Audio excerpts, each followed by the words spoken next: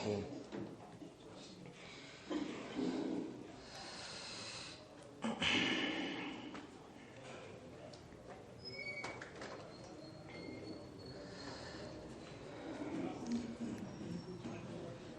خلافت کیا چیز ہے؟ خلافت کی تعریف، جیسا کہ میں نے صبح سے آپ کو کہہ رہا ہوں کہ جس چیز پر ہم نے بات کرنی ہے ہم اس کی تعریف پہلے دیکھیں گے کہ کیا ہے، اس کے بعد ہم دیکھیں گے کہ اب یہ تعریف کس کس پر صادق آتی ہے۔ تو اس کے لیے میں آپ لوگوں کو بھی مشورہ دوں گا کہ جب بھی کبھی آپ کے پاس استطاعت ہو تو شاہ ولی اللہ رحمۃ اللہ علیہ کی کتاب ہے ازالۃ الخفا عن خلافت الخلفاء۔ شاہ ولی اللہ رحمۃ اللہ علیہ کی کتاب ہے ازالۃ الخفا عن خلافت الخلفاء۔ 3 مترجم ہے تو فارسی میں، لیکن اس کا اردو ترجمہ ابھی پاکستان میں بڑے 3 جلدیں ہیں۔ اس مسئلے کے اوپر وہ کتاب جب بھی کبھی موقع ملے آپ نے اپنی لائبریری کے لیے اس کو ضرور خرید کے رکھیں، ٹھیک ہے۔ شاہ ولی اللہ اس کتاب کے شروع سے انہوں نے خلافت کی، تو یہ سارے جو آپ کے شکوک و شبہات ہیں نا 30 سال خلافت ہے نہیں ہے، یہ اس کے بہت سے شبہات دور ہو جاتے ہیں۔ تو میں بنیادی طور پہ ابھی جو آپ کے سامنے جو چیزیں بھی رکھوں گا اس میں زیادہ تر مواد اسی کتاب سے ہے۔ شاہ ولی اللہ رحمۃ اللہ علیہ نے خلافت کی تعریف جو فرمایا اردو میں بیان کروں کہ خلافت وہ ریاست عامہ ہے جو بذریعہ علوم دینیہ کے زندہ رکھنے اور بذریعہ ارکان اسلام کے قائم کرنے اور بذریعہ جہاد اور متعلقات جہاد قائم رکھنے کے، جیسے لشکروں کا مرتب کرنا، مجاہدین کو وظائف بس سنتے جائیں پہلے پھر میں خلاصہ بیان کرتا ہوں۔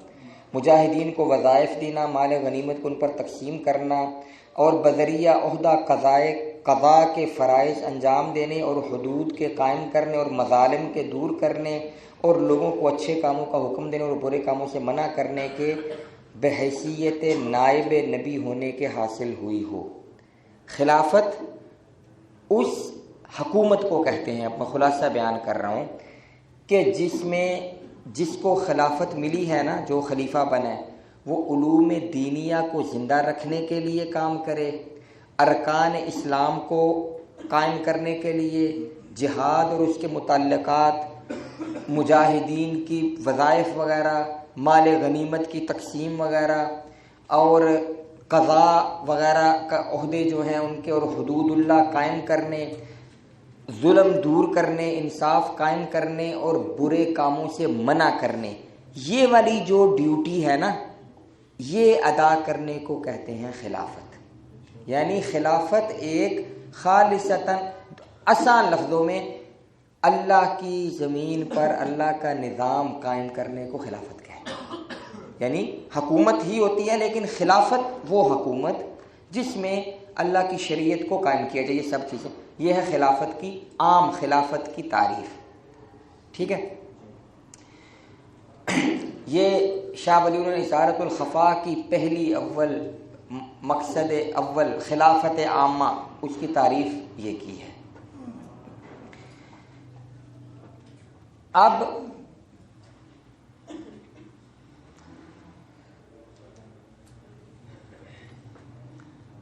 شاہ ولی اللہ نے یہیں پر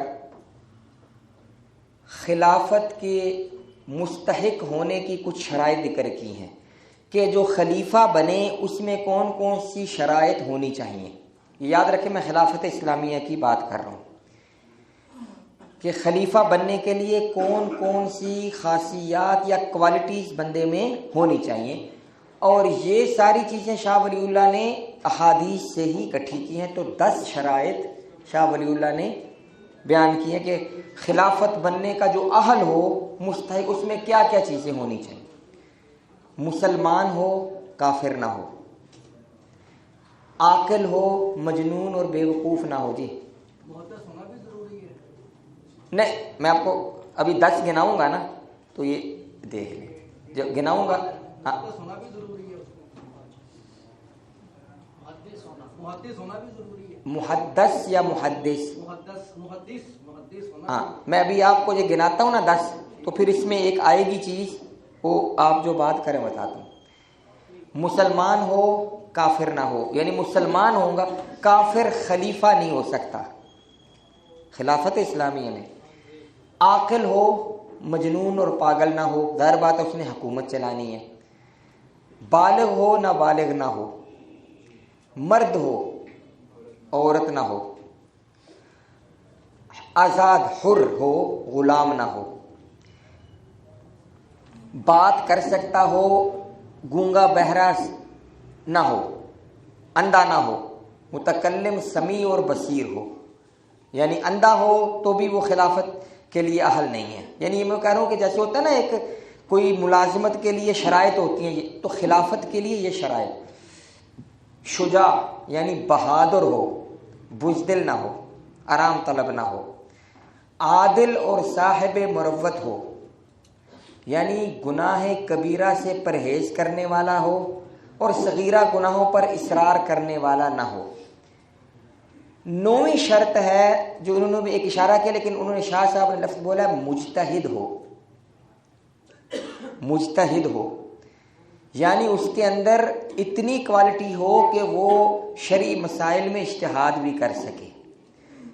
اور شاہ ولی اللہ رحمۃ اللہ علیہ نے صحابہ کرام کے بارے میں اسی اثارۃ الخفا میں لکھا ہے کہ صحابہ کے زمانے میں مجتہد ہونے کے لیے صرف علم قرآن اور حفظ حدیث ہونا کافی تھا.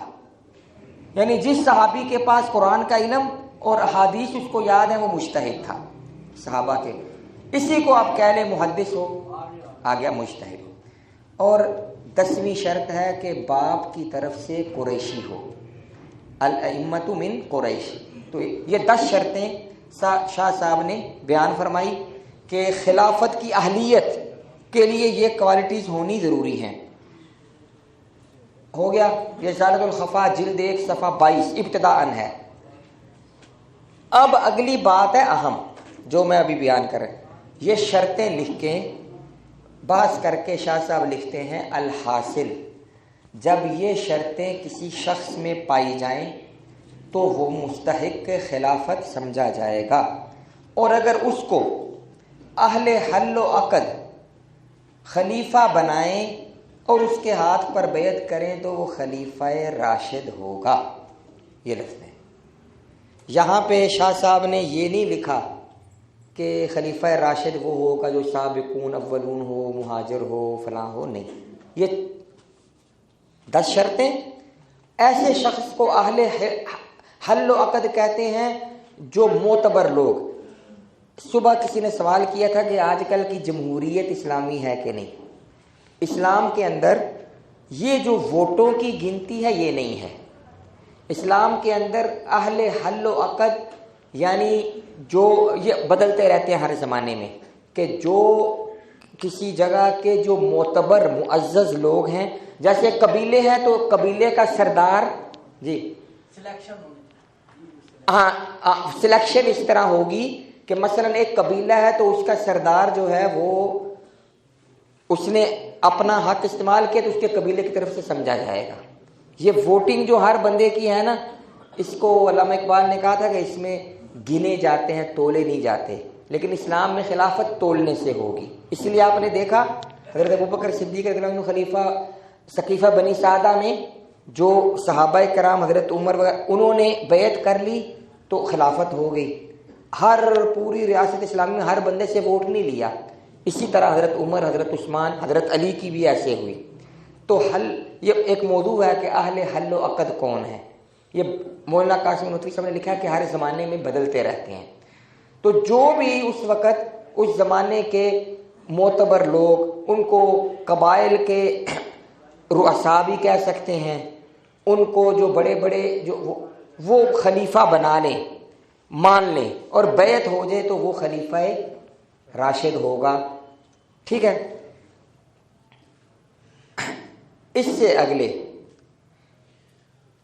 تیسری چیز بھی ایڈ کر کے پھر میں واپس آتا ہوں.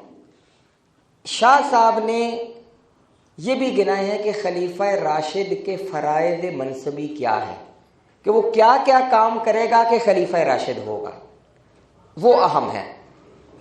یہ بھی انہوں نے 10 ہی گنائے ہیں۔ تو شاہ صاحب نے لکھا ہے کہ دین محمدی کو اس طرح محفوظ رکھنا جس طرح حضرت صلی اللہ علیہ وسلم کی سنت مستفیدہ سے ثابت ہو اور سلف صالحین کا اجماع اس پر منعقد ہو، جو خلیفہ اس کام کے لیے کوشش کرے۔ دوسرا، ارکان اسلام یعنی جمعہ، جماعت، زکوٰۃ، حج اور صوم قائم کرنا، اپنے مقام پر بذات خود یعنی خود بھی فرائض ادا کرے، اور جو مقامات بعیدہ میں اپنے نائبین ان کو بھی حکم دے کہ لوگوں کو نماز پڑھاؤ جمعے کے وغیرہ، یعنی ارکان اسلام ادا کرنا۔ جس قدر ہو سکے بذات خود علوم دینیہ کو زندہ رکھنا اور ہر شہر میں مدرسین و معلمین مقرر کرنا، یعنی علوم دینیہ کو قائم کرنا۔ عہدہ قضاء، جو شرائط تھیں، شرائط ہونی چاہیے تو ان شرائط کو اب نافذ کرنا ہے، وہی چیزیں ہیں، دیکھ لیں اس کو، وہ اب یہ کام کرنے ہیں۔ عہدہ قضاء کے فرائض انجام دینا اور قاضیوں مفتیوں کو مقرر کرنا۔ ظاہر بات ہے جب آپ نے نظام عدل قائم کرنا ہے تو قاضی مقرر کرنے ہیں۔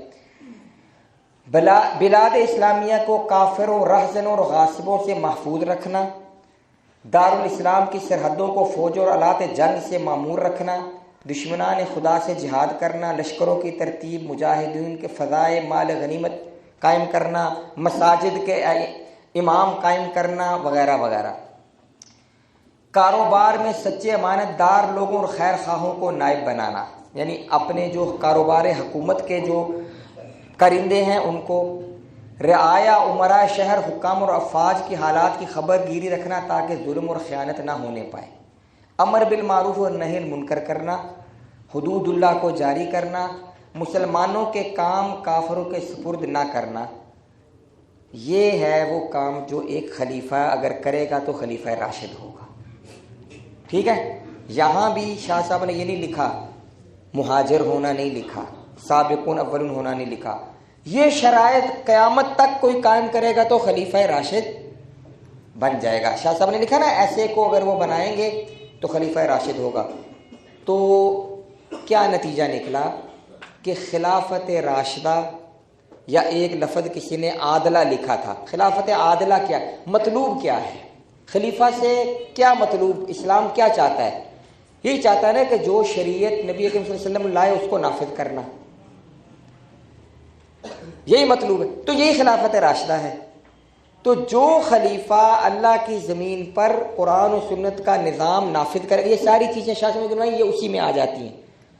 تو خلافت راشدہ اس کے علاوہ کیا ہے بتائیں مجھے، اس کے علاوہ کوئی، یہی مطلوب ہے نا کہ نافذ کرنا۔ تو یہ والے کام کوئی بھی جس میں وہ صفات بھی ہو، مسلمان ہو، حر آزاد ہو وغیرہ، یہ کرے گا، وہ قیامت تک کوئی بھی کرے گا تو وہ خلیفہ راشد اس اصطلاحی معنی میں ہوگا۔ ٹھیک ہے، لہذا اب ہم نے یہ دیکھنا ہے کہ کس مسلمان خلیفہ میں یہ کام، یہ شرائط پائی گئی، وہ خلیفہ راشد ہے۔ عمر بن عبدالعزیز ہوں، اورنگزیب عالمگیر ہو ہمارے ہندوستان کا، اس کو بھی خلیفہ راشد کا ہے، جو بھی ہو، ہمیں مقصد ہے کہ اللہ کی زمین میں شریعت کا نفاذ اور جو اسلام وہ نافذ کرنا۔ اگر اس کے علاوہ بھی خلافت علی منہاج النبوہ کیا ہے، منہاج النبوہ کیا ہے کہ حضور صلی اللہ علیہ وسلم نے اپنی جو حکومت تھی اس میں اللہ کی حدود ہی نافذ کی نا، وہی کام جو بھی کرے گا وہ خلافت علی منہاج النبوہ ہے اس معنی میں۔ ابھی میں حدیثوں کی طرف نہیں آ رہا، ابھی میں نے آپ کو شاہ صاحب نے 10 شرائط گنائی اور یہ لکھا کہ یہ شرائط جس میں پائی جائیں اور اس کو لوگ اپنا امام حاکم بنا لے، بیعت کر لے، تو وہ خلیفہ راشد ہوگا، کوئی بھی ہو، ٹھیک ہے، صحابی ہو غیر صحابی ہو۔ اب چونکہ سوال کیا گیا تھا اب کہ 30 سال والی حدیث، تو اس 30 سال والی حدیث میں پہلی بات میں نے آپ کو کہا کہ اس میں الخلافت کا لفظ ہے۔ تو جو یہ کہتا ہے نا کہ اس سے ثابت ہوتا ہے کہ خلافت راشدہ 30 سال تک ہے، تو وہ راشدہ کا لفظ کہاں سے لگا رہا ہے؟ اس کا معنی خلافت 30 سال یہی ہے۔ اب خلافت 30 سال، اس کے بعد ملک، بادشاہت۔ اب سوال یہ ہے، جو بادشاہ وہ یہ سارے کام کرے، وہ خلیفہ کیوں نہیں؟ یعنی یا تو فرق بتایا جائے کہ خلیفہ راشد اور بادشاہ میں یہ فرق ہے۔ ایک بادشاہ یہ سارے کام شریعت کے، اللہ کے حکم کو نافذ کرتا ہے، اللہ کی حدود کو، تو اس کو خلیفہ کیوں نہیں؟ صرف اس لیے نہیں کہا جائے کہ حدیث میں آیا ہے، تو پھر حدیث میں آیا ہے کہ 12 خلیفے ہوں گے، اور اس میں شرط یہ ہے کہ وہ سارے کے سارے ان کے زمانے میں اسلام بڑا مضبوط اور غالب ہوگا۔ مطلب کیا کہ یہ سارے کام وہ کریں گے، اور حضور نے ان کو بھی خلفاء کہا ہے۔ تو 30 سال میں تو 4 یا 5 آ رہے ہیں، باقی 12 میں سے 5 نکالے تو 7 کہاں لے، وہ اس حدیث کو کہاں لے کے جائیں گے؟ ٹھیک ہے۔ اور دوسری حدیث جو صبح میں نے پڑھی تھی، حضور فرمایا میرے بعد خلفاء ہوں گے فیکثرون، بکثرت ہوں گے، تو 4 یا 5 سے بکثرت سے مراد نہیں ہے۔ سمجھ آ رہی ہے؟ ان تمام حدیثوں کو اب مل گیا، تو ایک قسم کی ان میں اب ہم نے تطبیق دینی ہے کہ کیا شاہ صاحب نے تطبیق بھی دی ہے، لیکن پہلے چونکہ 5ویں یا 6ٹھے خلیفہ حضرت معاویہ ہیں، حضرت حسن رضی اللہ تعالیٰ عنہ کو ہمارے جو علماء ہیں نا، وہ خلافت راشدہ کے تتمہ کے طور پہ شامل کرتے ہیں۔ کیوں؟ نعرہ تو ایجاد کر لیا خلافت راشدہ حق 4 یا، تو 30 سال میں حضرت حسن آ رہے ہیں، 29.5 سال ہوتے ہیں تو حضرت علی رضی اللہ عنہ شہید ہو جاتے ہیں۔ اگر آپ پوری گنے نا حضرت ابوبکر، تو 29.5 سال ہوتے حضرت علی کی شہادت ہو گئی، 6 مہینے باقی ہیں۔ اس 6 مہینے میں بھی تو پھر یہی خلافت ہونی چاہیے، تو حضرت حسن کے ہیں۔ اب سیدھی سی بات ہے، کہو جی خلیفہ راشد ہیں، 5 ہو گئے، لیکن چونکہ نعرہ پہلے ایجاد کر چکے 4 کا، تو اب کیا کہتے ہیں؟ تعویل۔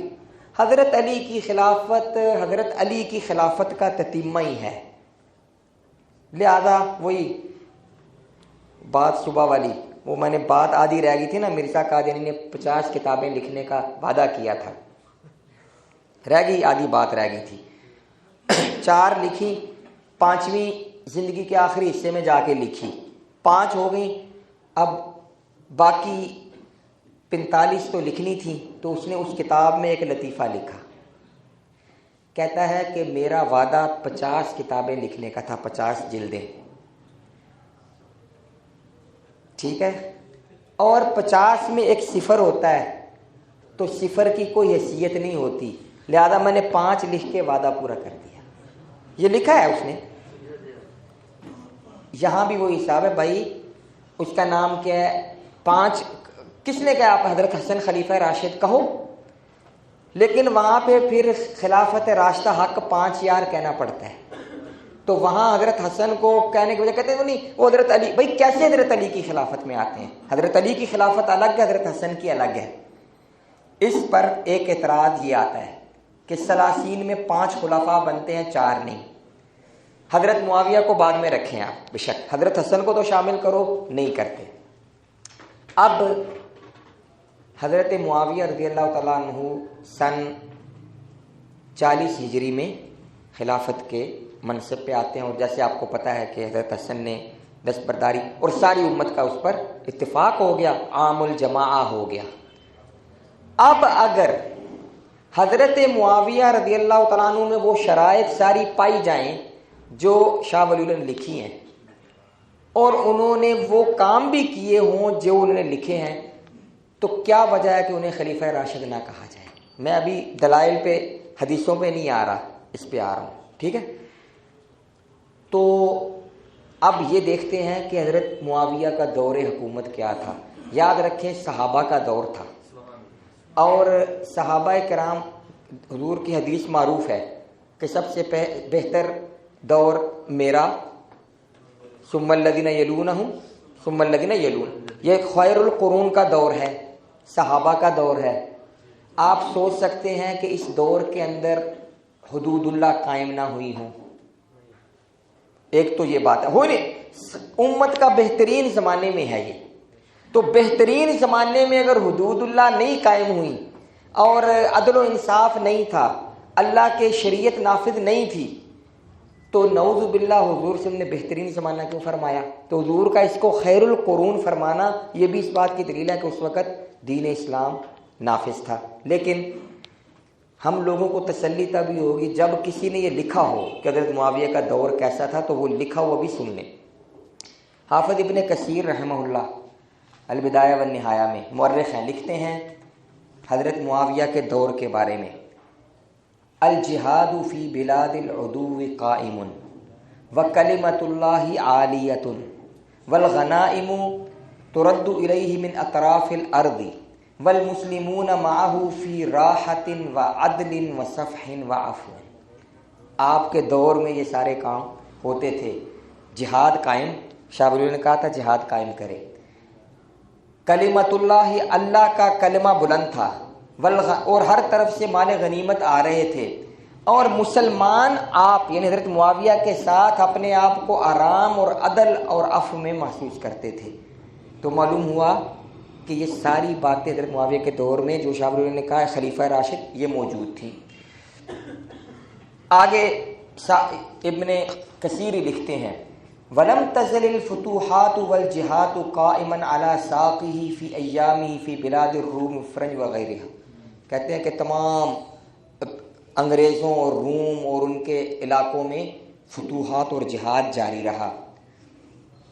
اچھا، حافظ ابن عساکر رحمہ اللہ تاریخ دمشق معروف کتاب ہے، 60 جلدوں میں ہے، اس میں لکھتے ہیں حضرت معاویہ کے بارے میں فَفَتَحَ اللَّهُ بِهِ الْفُتُوحَ وَيَغْزُو الرُّومَ وَيُقَسِّمُ الْفَيْءَ وَالْغَنِيمَ وَيُقِيمُ الْحُدُودَ وَاللَّهُ لَا يُضِيعُ أَجْرَ مَنْ أَحْسَنَ عَمَلًا۔ حضرت معاویہ کے بارے میں کہ آپ کے دور حکومت میں فتوحات تھی اور آپ نے حدود قائم کی، اور اللہ تعالیٰ اجر اچھے کام کرنے والے، یعنی یہ گواہی ہے کہ حضرت معاویہ کا دور کیسا تھا۔ تو اب پیچھے چلے جائیں، شاہ ولی نے کہا تھا کہ جس خلیفہ کے اندر حضرت معاویہ مسلمان، حر، مرد، باپ کی طرف سے قریشی بلکہ ماں کی طرف سے بھی قریشی، ٹھیک ہے، سمیع بصیر متکلم، اور صحابی ہے، تو صحابی کے بارے میں یہ کہنے کی ضرورت نہیں ہے کہ مجتہد تھا یا نہیں۔ میں نے کہا کہ شاہ ولی نے لکھا ہے کہ صحابی جس کو قرآن آتا ہو اور حدیثیں یاد ہو مجتہد ہی ہوتا ہے۔ ساری 10 شرائط پائی گئی جو، اور مسلمانوں کا اجماع آپ کو خلیفہ بنانے پر ہوا، حضرت علی کی شہادت کے بعد ہوا، تو جس کو ان شرائط والے کو مسلمان اپنا امام بنا بیعت کریں، شاہ ولی لکھتے ہیں وہ خلیفہ راشد ہوتا ہے۔ سمپل سی بات ہے، ہمیں کوئی دلیل دینے کی ضرورت نہیں۔ ہاں، اگر کوئی یہ ثابت کرے کہ حضرت معاویہ میں ان 10 شرطوں میں یہ نہیں پائی جاتی تھی، یا نعوذ باللہ آپ کے دور میں حدود اللہ قائم نہیں تھی، یا آپ کے دور میں یہ چیز خلاف ہوتی تھی، تو پھر الگ بات ہے، لیکن اس کے لیے بڑے دل گردہ چاہیے کہ جو جن صحابہ نے حضرت معاویہ کی بیعت کی تھی ان پر بھی حرف آتا ہے۔ کیوں؟ حضرت معاویہ کے بعد کا زمانہ، ان کے بیٹے کا یزید کا، وہاں پہ ہمیں اختلاف ملتا ہے نا، بیعت نہیں کی 2-3 جو بھی صحابہ تھے، ان صحابہ نے بھی حضرت معاویہ کے پورے دور میں کبھی ان کے خلاف نہیں اٹھے، نہ بیعت توڑی، تو یہ بھی گواہی ہے کہ حضرت معاویہ کے دور پر ان کو بھی کوئی اعتراض نہیں تھا، ٹھیک ہے۔ اس تعریف کی روح سے میں کہتا ہوں حضرت معاویہ نہیں بلکہ ہر وہ مسلمان حاکم جو ان اللہ کی حدود کو قائم کرے وہ خلیفہ راشد ہے، اس کے لیے ہمیں یہ کہنے کی ضرورت نہیں کہ خلاف۔ جی، اس میں ایک سوال یہ اہم اٹھتا ہے کہ جب بیعت ہو جاتی ہے اعلان ہونا ضروری ہے، یا جو پہلے دستبردار ہو رہا ہے وہ ان کو مقرر کر دیتا ہے، یا اعلان پہلے ہوگا یا بیعت بعد میں ہوگا؟ بتا دیتا ہوں، وہ میں بتایا ابھی کہ اس میں یہ ہوا تھا کہ حضرت یہ پہلے حضرت معاویہ نے حضرت علی کی بیعت نہیں کی ہوئی تھی، شام میں وہ تھے، اور ایک معاہدہ ہو چکا تھا دونوں میں جنگ بندی کے بعد کہ ہم آپ ہمیں ہمارے اس میں مداخلت نہ کریں، ہم نہیں کریں گے بعد میں. حضرت علی کی شہادت ہوگی، کسی کو نہیں پتا تھا کہ اتنی جلدی ہو جائے گی. تو جو عراق میں لوگ تھے حضرت علی کے پیروکار، انہوں نے ان کے بیٹے حضرت حسن، حضرت علی نے نہیں کہا کہ ان کو یہ بھی یاد رکھیں، حضرت علی نے حضرت حسن کو نہیں کہا کہ، لوگوں نے پوچھا تو انہوں نے کہا کہ اگر تم چاہو تو بنا لینا، منع بھی نہیں کیا، لیکن ان لوگوں نے بیعت کر لی. تو عراق میں حضرت حسن کی بیعت ہو گئی. اب وہ اختلاف اپنی جگہ قائم تھا. حضرت معاویہ نے تو حضرت علی کی بیعت بھی نہیں کی ہوئی تھی، تو اب حضرت حسن رضی اللہ تعالیٰ عنہ کو اللہ نے ایک بشارت بھی پوری کرنی تھی. تو انہوں نے کہا کہ میں اختلاف ختم کروں، یہ نہ ہو کہ اب حضرت معاویہ اور میری لڑائی ہو جائے. تو حضور نے ایک بشارت، تو انہوں نے کہا کہ مجھے لوگوں نے بیعت کی عراق میں، لوگوں نے، عراق والوں نے یا ساری امت نے نہیں کی، تو میں اپنی چھوڑ کے حضرت معاویہ کو کہا کہ میں آپ کے ہاتھ پہ بیعت آپ کو بناتا ہوں بن. تو اس طرح دستبرداری یہ ہوئی. لیکن جب یہ ہوا تو حضرت معاویہ کے ہاتھ پہ حضرت حسن نے بھی بیعت کر لی، حضرت حسین بھی ساتھ تھے، انہوں نے بھی کر لی، اور بات اجماع ہو گیا. تو سب مسلمانوں نے پھر 20 سال حضرت سن 60 ہجری تک حضرت معاویہ نے جو دور گزارا، اس میں آپ کو پورے عالم اسلام میں کہیں بھی ایک بھی آواز نہیں ملے گی کہ حضرت معاویہ کے خلاف کسی نے اٹھ کے کوئی بیعت توڑی ہو یا کچھ. اور حضرت معاویہ نے پھر خوارج کے خلاف بھی جنگیں لڑی، اور جیسے کہا کہ جہاد اور سارا جاری تھا، یہ ہوا تھا. کہنے کا مطلب یہ ہے کہ وہ تمام شرائط خلافت راشدہ والی پائی جاتی ہیں. اچھا، اب بات آ گئی کہ میں نے کہا حدیثیں. اب حدیث پہ 30 سال، تو میں نے پہلے کہا کہ 30 سال میں پہلی بات تو یہ ٹھیک کرو کہ جو بھی اس کو کہو جی حضرت حسن بیچ میں آتے ہیں، اور حضرت حسن کی خلافت الگ، وہ حضرت علی کے الگ ہیں، حضرت علی کے بیٹے الگ ہیں. 6 مہینے ان کی خلافت رہی کم و بیش، اس کے بعد تو یہ 6 مہینے خلافت راشدہ کے ہیں. یہ جو آپ سوال پہلے پھینک دیتے ہیں، پہلے بات میری پوری کرنے دیا کریں. خلافت علی منہاج النبوہ پر آ رہا ہوں کہ کیا ہے. میں نے آپ کو کہا بیچ میں، غور سے آپ سنتے نہیں. منہاج النبوہ سے کیا مراد ہے؟ لفظ کیا ہے؟ نبوت کا طریقہ. ظاہر بات ہے اس کا یہ مطلب تو نہیں کہ خلیفہ نبی ہوگا، پھر تو ختم نبوت ختم ہوگی. نبوت کا، نبی نے جو طریقہ اپنایا اسی طریقے پر حکومت کرنا. اور نبی کا طریقہ کیا اپنایا؟ کہ اللہ کے احکام کو قائم کرنا.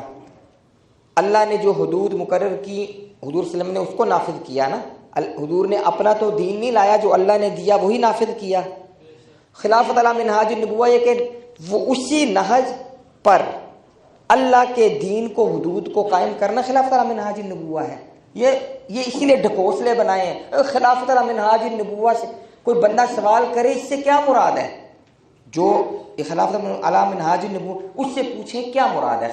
وہ یہی کہے گا نا کہ حضور صلی اللہ علیہ وسلم نے جو اپنی، حضور بھی تو حاکم رہے نا، انہوں نے جو اپنی حکومت میں جو اللہ کے احکام نافذ کیے، حدود اللہ نافذ کی، اسی طرح حدود اللہ اور احکام نافذ کرنا. اب یہ کوئی قیامت تک بھی کوئی بھی نافذ کرے گا تو علی منہاج النبوہ ہے. اور یہی خلافت راشدہ اور خلافت عادلہ ہے، یہ کوئی فرق نہیں ہے. خلافت راشدہ عادلہ، عادل انصاف والی، جس میں ظلم نہ ہو، جس میں ظلم نہ ہو، اس میں اللہ کے احکام نافذ ہوں. راشدہ ہدایت والی، اور منہاج النبوہ بھی وہی ہے. ٹھیک ہے نا. میں یہ کہہ رہا ہوں کہ جب اعتراض وارد ہوتا ہے نا، میں نے ابھی کیا کہ جی 12 خلیفوں والی حدیث بھی آتی ہے، تو کہتے ہیں نہیں 30 سال سے مراد ہے منہاج النبوہ، بعد میں مطلق خلافت عادلہ. یہ ایک تعویل ہے، لیکن شاہ ولی اللہ نے جو کیا وہ یہ نہیں کیا. یہ ابھی آگے سنیں. شاہ ولی اللہ نے ساری احادیث اکٹھی کی ہیں. ان میں ایسی احادیث بھی ہیں جس سے یہ ثابت ہوتا ہے کہ خلافت صرف 3 خلفاء تک، حضرت عثمان تک ہے، اس کے بعد نہیں. یہ حدیث رسالۃ الخفا میں موجود ہیں. ٹھیک ہے. شاہ صاحب رحمۃ اللہ علیہ نے ان احادیث میں تطبیق دی ہے. یہ تطبیق یاد رکھیے گا، آپ کو کام آئے گی. میں نے اس لیے کہا رسالۃ الخفا لے کے پڑھیے گا. شاہ صاحب نے کہا ہے خلافت کی اقسام بنائی ہیں. شاہ صاحب نے کہا ہے کہ خلافت راشدہ، یہ خلافت راشدہ کی یہ تعریف ہو گئی۔ خلافت راشدہ کی دو قسمیں ہیں، پہلے خلافت راشدہ خاصہ، خلافت راشدہ عامہ۔ انہوں نے خلافت عادلہ نہیں کہا۔ اب دیکھیے، اب وہ کہتے ہیں کہ خلافت راشدہ عامہ جو ہے نا یہ قیامت تک ہے، خلافت راشدہ عامہ۔ خلافت راشدہ خاصہ جو ہے وہ 4 خلفاء تک ہے۔ خاصہ سے کیا مراد؟ شاہ صاحب نے کہا خاصہ سے خلافت راشدہ مراد ہے کہ خلیفہ مہاجرین اولین میں سے ہو، خلیفہ بیعت رضوان میں شریک ہوا ہو، خلیفہ وہ آیت استخلاف کے نزول سے پہلے ایمان لا چکا ہو، بدر اور تبوک وغیرہ میں شریک ہوا ہو، ان لوگوں میں سے ہو جن کے نام لے کے جنت کی بشارت دی گئی 10 مبشرہ میں سے۔ ایسا شخص ہو کہ جس کے بارے میں حضور صلی اللہ علیہ وسلم نے نص فرمائی ہو، یہ شاہ صاحب لکھ رہے ہیں کہ وہ اعلیٰ درجے کے لوگوں میں سے ہے۔ ایسا شخص ہو جس کے ساتھ حضرت صلی اللہ علیہ وسلم نے ایسا قولاً و فعلاً برتاؤ فرمایا ہو کہ جیسے کوئی بادشاہ ولی عہد کے ساتھ کرتا ہے، اور جو کچھ اللہ تعالیٰ نے حضرت صلی اللہ علیہ وسلم کے لیے وعدہ فرمایا ہے ان میں سے بعض وعدے اس خلیفہ کے ہاتھ پر پورے ہوئے ہیں۔ وعدے کیا؟ اللہ سے وعدہ فرمایا کہ کیسر و کسریٰ کے خزانے آپ کو ملیں گے، تو ایسے وعدے ان میں سے کوئی خلیفہ جو بنا خلیفہ راشد، تو وہ خلافت راشدہ خاصہ ہے، ایک اسپیشل، یا کہہ لیں اس کو کہ انگلش میں کہیں گے اسپیشل ممتاز خلافت راشدہ۔ ان کے علاوہ جو بنے وہ خلیفہ راشد عام ہوگا۔ انہوں نے خاصہ اور عامہ کر دی، تو انہوں نے کہا کہ جو 30 سنہ میں ہے نا، اس سے مراد ہے خلافت راشدہ خاصہ، اور آیت استخلاف سے بھی اس کو بھی لے آئے بیچ میں۔ جو ان کے علاوہ خلیفہ راشد ہو، سابقون اولون سمجھتے ہیں نا کون ہے، اور ان کے علاوہ چاہے کوئی صحابی بھی ہو تو وہ خلیفہ راشد لیکن عام ہوگا ایک۔ پھر خلافت راشدہ خاصہ کی پھر آگے تقسیم کی۔ خلافت راشدہ خاصہ کی کوئی کہہ رہا ہے کچھ نہیں؟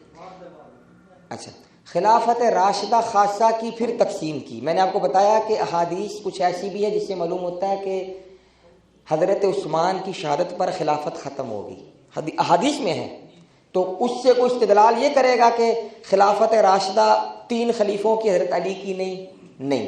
شاہ صاحب نے کہا خلافت راشدہ خاصہ کی پھر 2 تقسیم، ایک خلافت راشدہ خاصہ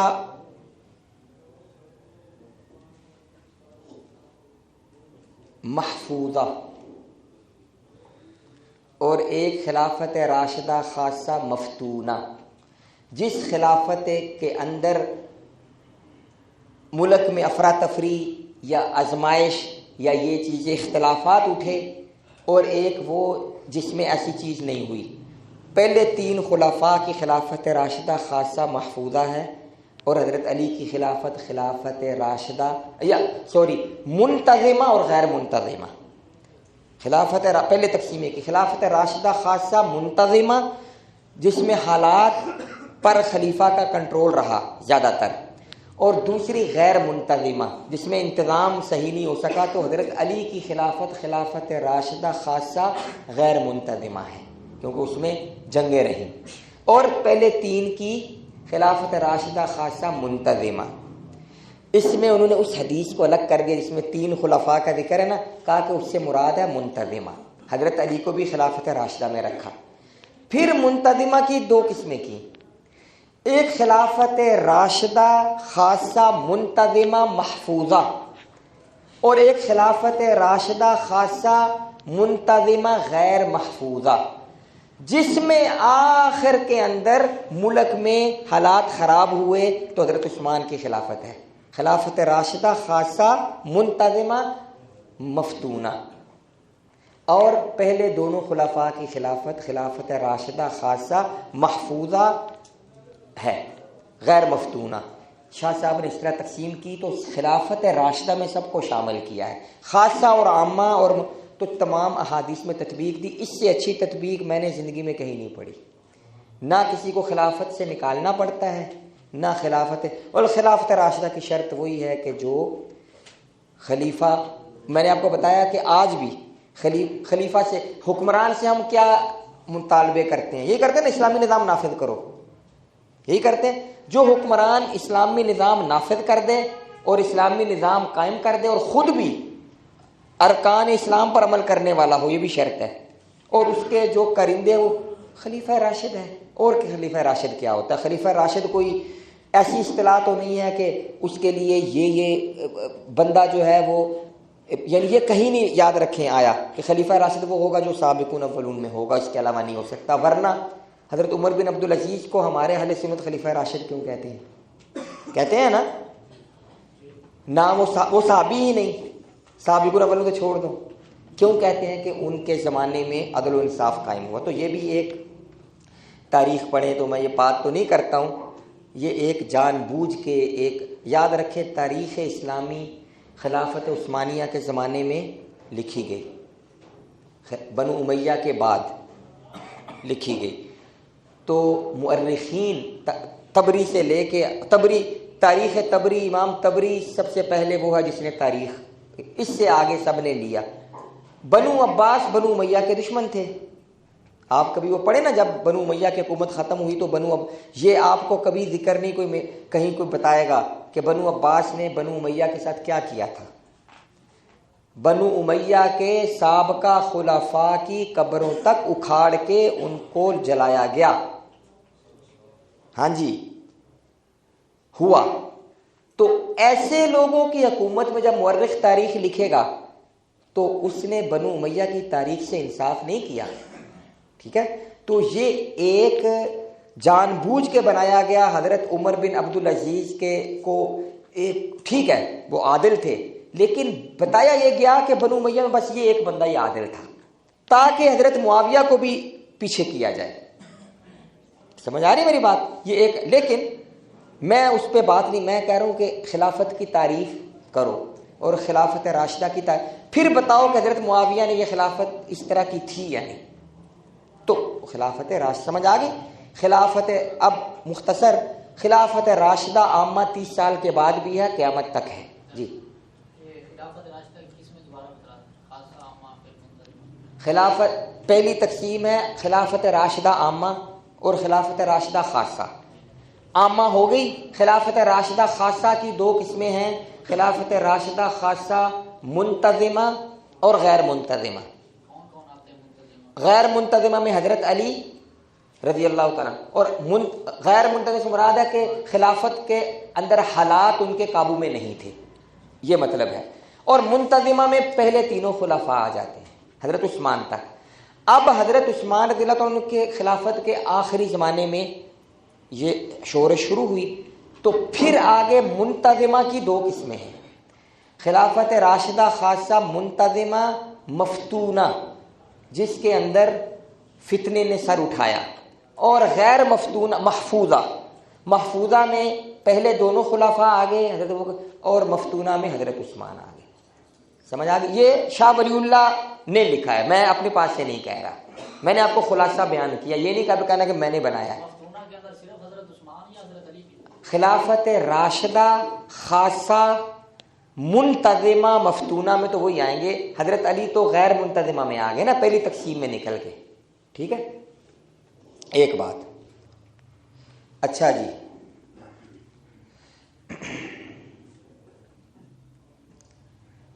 اب 30 سال والا مسئلہ حل ہو گیا کہ آپ نے صرف 30 سال والی حدیث نہ لے، ساری حدیثوں کو ملا کے پھر آپ نے نتیجہ نکالنا ہے۔ وہ 12 اور میں آپ کو بتا رہا تھا کہ جو 12 خلفاء والی حدیث ہے صحیح مسلم کی ہے، یہ 30 سال والی جو ہے مسلم میں نہیں ہے، وہ حدیث سندن زیادہ بہتر ہے۔ یہ 30 سال والی کے راوی پر جرح موجود ہے، ٹھیک ہے، جرح موجود ہے۔ قاضی علامہ ابن خلدون نے بھی اس کو لکھا ہے کہ یہ حدیث صحیح نہیں ہے، لیکن میں صحیح ہی مان کے چل رہا ہوں، لیکن اس صحت اس کی 12 خلفاء والی سے کم ہے. تو اگر آپ نے حدیث ہی لینی ہے تو وہ کیوں نہیں لیتے؟ وہ پتہ کیوں نہیں لیتے کہ 12 خلفاء والی حدیث کی شرح حافظ ابن حجر کی پڑھ لیں، آج کے مولانا تقی عثمانی صاحب کی تکملہ فتح الملہم پڑھ لیں. اس کے اندر جو 12 خلفاء نام سے گنوائے ہیں نا، اس میں یزید بھی شامل ہے.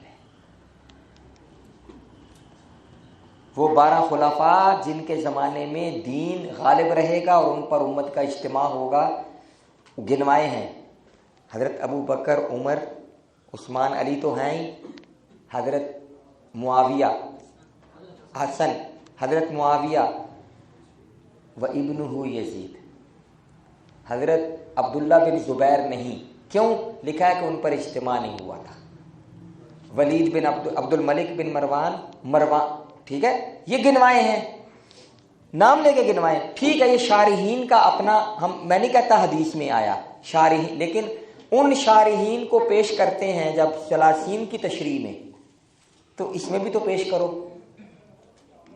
تو ان کو حضور نے خلفاء کہا. خلفاء، میرا کہنے کا مطلب ہے کہ 12 خلفاء کو خلفاء کہا. تو ثلاثین میں تو 5 آ رہے ہیں، تو باقی خلفاء اس حدیث سے ثابت ہو رہے ہیں. تو تطبیق شاہ ولی اللہ نے اس لیے دی ہے. اچھا آگے جی، جو شاہ جی کو میں نے کہا تھا آئیں گے، وہ ان کو کہیں کہ آپ آئیں گے تو میں بند کر دوں گا، ہاں انتظار نہ کریں. آیت استخلاف ہے ایک، وعد اللہ الذین آمنوا منکم وعملوا الصالحات لیستخلفنہم. اب آج حق چار یار کا ایک سوال پوچھا تھا کسی نے، نعرہ پوچھا تھا نا سوال، اس پر سمجھ لیں. یہ ایک بات یاد رکھے بڑی اہم. اصل میں ہم کو جب ہماری اہل سنت کی کتابوں میں خلافت راشدہ کا لفظ ملتا ہے نا، وہ آپ کو عام طور پہ نظر آئے گا کہ 4 خلفاء کے لیے استعمال ہوا ہے. اس سے کچھ ہمارے دوست یہ دلیل پکڑ لیتے ہیں کہ خلفاء راشدین 4 ہی ہیں. یاد رکھیں جو ہمارے متقدمین علماء نے یہ لفظ بولا، یہ روافض کے جواب اس رد میں بولا ہے، کیونکہ روافض پہلے تینوں خلفاء کی خلافت کو نہیں مانتے، بلکہ ان کی ذات پر بھی طعن و تشنیع کرتے ہیں. تو علماء نے ان کا جواب دینے کے لیے کہا کہ نہیں، چاروں کی خلافت راشدہ ہے. سمجھ آ رہی؟ اس کا یہ مطلب نہیں کہ خلافت راشدہ کا حصر آپ کو کسی کتاب میں نہیں ملے گا پرانی، کہ انہوں نے کہا ہو کہ خلافہ راشدین یہ ہیں، ان کے علاوہ کوئی خلیفہ راشد نہیں ہے. یہ نہیں ہے والا کہیں نہیں ملے گا. تو اس بات خلافت راشدہ تینوں کے لیے یہ مقصود تھا ان کا. تو چونکہ انہوں نے کہا کہ روافض ہمیں یہ نہ کہیں کہ حضرت علی کو نہیں مانتے، تو ہم کہتے ہیں ان کے سمیت 4 ہیں اور یہ نمبر ہے. ثابت کرنا یہ تھا، یار لوگوں نے اس کو حصر بنا دیا. بالکل ایسے جیسے جو اجتہادی خطا کہی جاتی ہے نا حضرت معاویہ کی، وہ متقدمین نے یہ نہیں بتانا مقصود تھا کہ یہ صحیح یہ غلط. انہوں نے یہ کہا کہ خبردار، صحابہ کے مشاجرات اجتہادی ہیں، چپ رہو، سکوت. پڑھا آج آپ نے؟ اگر بالفرض کہیں آپ کو فیصلہ کرنا ہی پڑے تو آخری ریڈ لائن یہ ہے، اجتہادی خطا سے آگے نہیں جانا. کسی صحابی کو مجتہد مختی سے آگے نعوذ باللہ عاصی، گمراہ، فاسق نہیں کہنا. انہوں نے حد بندی کی کہ یار لوگوں نے سمجھ لیا کہ نہیں، اس کا مطلب ہے ضرور مجتہد مفتی کہنا ہے. سمجھ رہے ہو؟ یہ فرق ہوتا ہے. اس کی میں آپ کو مثال دے دوں کہ حضرت مولانا عبد الشکور لکھنوی رحمۃ اللہ علیہ روافض کے خلاف، ان کی ایک تفاسیر آیات قرآنی جو تحفہ خلافت کے نام سے، اس کے اندر آیت استخلاف کی تفسیر پڑھنا، کبھی آیت استخلاف کی تفسیر پڑھنا. انہوں نے لکھا ہے آیت استخلاف میں، کیونکہ وہ شیعہ کو جواب دے رہے ہیں، شیعہ کو سوال، انہوں نے کہا کہ اس آیت سے خلفائے ثلاثہ کا مسلمان اور عمل صالح والا ہونا ثابت ہوتا ہے۔ اب اس کا یہ مطلب نہیں کہ حضرت علی نہیں تھے، کیونکہ وہ، اور انہوں نے یہ بھی لکھ دیا کہ حضرت علی رضی اللہ تعالیٰ عنہ کی خلافت میں یہ جو اس آیت میں شرائط بیان ہے، یہ سارے کا مجموعہ نہیں پایا گیا۔ تو میرا سمجھ رہے ہیں، جو ہمارے علماء پرانوں نے خلافت راشدہ چاروں کو کہا تو انہوں نے یہ کہا کہ یہ چاروں خلفائے راشدین ہیں، یہ روافض کے رد میں کہا، یہ نہیں کہا کہ ان کے علاوہ کوئی خلیفہ نہیں۔ اگر کہا ہوتا تو حضرت عمر بن عبدالعزیز کو خلیفہ راشد نہ کہتے۔ سمجھ آ رہی ہے؟ تو انہوں نے حصر نہیں کیا۔ تو چاروں کو، آپ میں سے کون ہے جو چاروں خلفاء کو خلیفہ راشد نہیں مانتا؟ کوئی نہیں ہے نا۔ پہلے جو چاروں خلفاء ہیں حضرت علی، کوئی ہے ایسا جو ان چاروں میں سے کسی کو خلیفہ راشد نہیں مانتا؟ مانتے ہیں۔ تو حق چار یار تو آپ مانتے ہیں، لیکن اگر نعرے کا مقصد یہ ہے کہ حق چار یار خلافت راشدہ صرف یہ چار ہیں، ان کے علاوہ کوئی نہیں، تو یہ غلط ہے۔ ٹھیک ہے؟ اب آپ جب کہیں گے جی قرآن کہتا ہے تمام صحابہ کو راشد، اولئک هم الراشدون، حضرت معاویہ بھی صحابی، حضرت حسن بھی صحابی، عبداللہ بن زبیر بھی خلافت کہیں نہ کہیں تو ہوئی صحابی، یہ تو پھر آپ کو جواب پتہ کہ نہیں، خلافت راشدہ سے ہماری مراد ہے خلافت موعودہ جو آیت استخلاف میں ہے، یہ جواب دیں گے۔ اب میں آپ کو بتاتا ہوں کہ آیت استخلاف کی تفسیر میں بھی مفسرین کا اختلاف ہے، میں اپنی طرف سے کچھ نہیں کہہ رہا۔ اگر ایک موقف ہے نا، کسی نے کہا کہ اس سے مراد وہ لوگ ہیں جو آیت کے نزول سے پہلے مسلمان ہو چکے تھے، تو وہ چاروں خلفاء ہیں، کوئی نہیں۔ ایسے مفسرین بھی ہیں جنہوں نے کہا ہے کہ یہ وعدہ قیامت تک ہے، جو بھی مومن اور عمل صالح کرے اور اس کو خلافت ملے اور یہ شرائط پائی جائے والا یمکنن دینہم، وہ اس آیت کے وعدے میں داخل ہے۔ اب کون کون ہے وہ؟ میں شروع کرتا ہوں علماء دیوبند سے، مولانا مفتی محمد شفیع صاحب، حضرت تھانوی صاحب، بیان القرآن۔ آپ اس آیت کی تفسیر نیچے لے جائیں، اس تفسیر میں حضرت تھانوی لکھتے ہیں یہ وعدہ تمام امت سے اس شرط پر ہے کہ دین میں پختہ رہیں اور اس پر جمے رہیں، تمام امت سے، وہ یہ نہیں کہہ رہے کہ مہاجرین سے۔ اور حضرت تھانوی نے ترجمہ کیا وعد اللہ الذین آمنوا، اے مجموعہ امت تم میں جو لوگ ایمان لائیں۔ تو اب حضرت تھانوی کو میں کیا کہوں کہ وہ تو اس کو ساری امت کہہ رہے ہیں۔ مفتی شفیع صاحب رحمۃ اللہ علیہ نے معارف القرآن میں وہی ترجمہ لیا ہے اور لکھا ہے حضرت عبداللہ بن عباس رضی اللہ عنہ نے فرمایا کہ ان آیات میں اللہ تعالیٰ کا وعدہ ہے جو اس نے امت محمدیہ سے ان کے وجود میں آنے سے پہلے ہی تورات و انجیل میں فرمایا تھا۔ امت محمدیہ کا لفظ ہے، اور پھر لکھا ہے کہ اسلام کی 1400 سالہ تاریخ اس پر شاہد ہے کہ مختلف زمانوں اور مختلف ملکوں میں جب اور جہاں کوئی مسلمان عادل اور صالح بادشاہ ہوا ہے، اس کو اپنے عمل و صلاح کے پیمانے پر اس وعدہ الہیہ کا حصہ ملا، آیت استخلاف کا۔ مفتی شفیع صاحب کہہ رہے ہیں قیامت تک ہے۔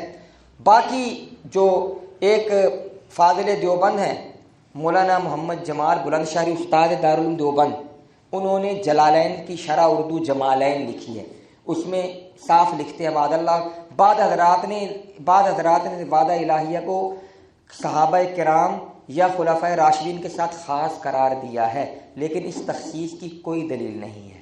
الفاظ قرآنی عام ہیں اور ایمان و عمل صالح کے ساتھ مشروط ہیں۔ آگے لکھا ہے کہ ہاں یہ بات ضرور ہے کہ اس کا مظاہرہ خلافت راشدہ چاروں میں، یہ میں تو نہیں کہہ رہا، روح المعانی میں علامہ آلوسی نے بھی یہ لکھا، امام نصفی نے لکھا وَالصَّحِيحُ أَنَّهُ عَامٌ، وہاں سے لکھتے ہیں صحیح کہ یہ وعدہ عام ہے قیامت تک۔ امام قرطبی نے فَصَحَّ أَنَّ الْآيَةَ عَامَّةٌ لِأُمَّةِ مُحَمَّدٍ غَيْرُ مَخْصُوصٍ لکھا۔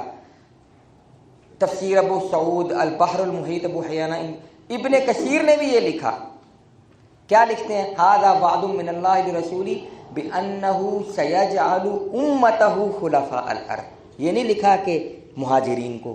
تو میں آپ کو یہ بتا رہا ہوں آیت استخلاف میں اگر وہ ہے تو یہ تفاسیر بھی ہیں، تو اگر کوئی کہتا ہے کہ آیت استخلاف عام ہے اس پر تان و تشنیع کا نہیں یہ صرف مہاجرین، یہ بھی تو میں آپ حضرت تھانوی اور مفتی شفیع صاحب کو یاد رکھیں،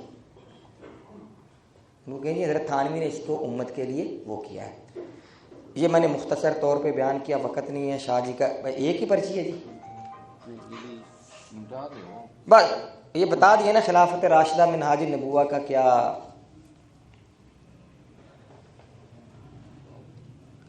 نہیں جی حضرت وہ کہتے ہیں، وہ ایک استاد تھا نا، تو ایک شاگرد کو اس نے پوری رات حضرت یوسف کا سورہ یوسف پڑھائی قصہ، اس میں زلیخا کا بھی ذکر آتا ہے۔ جب صبح ہوئی تو صبح وہ پٹھان سی، تو وہ کہتا استاد جی یہ زلیخا مرد تھی یا عورت تھا؟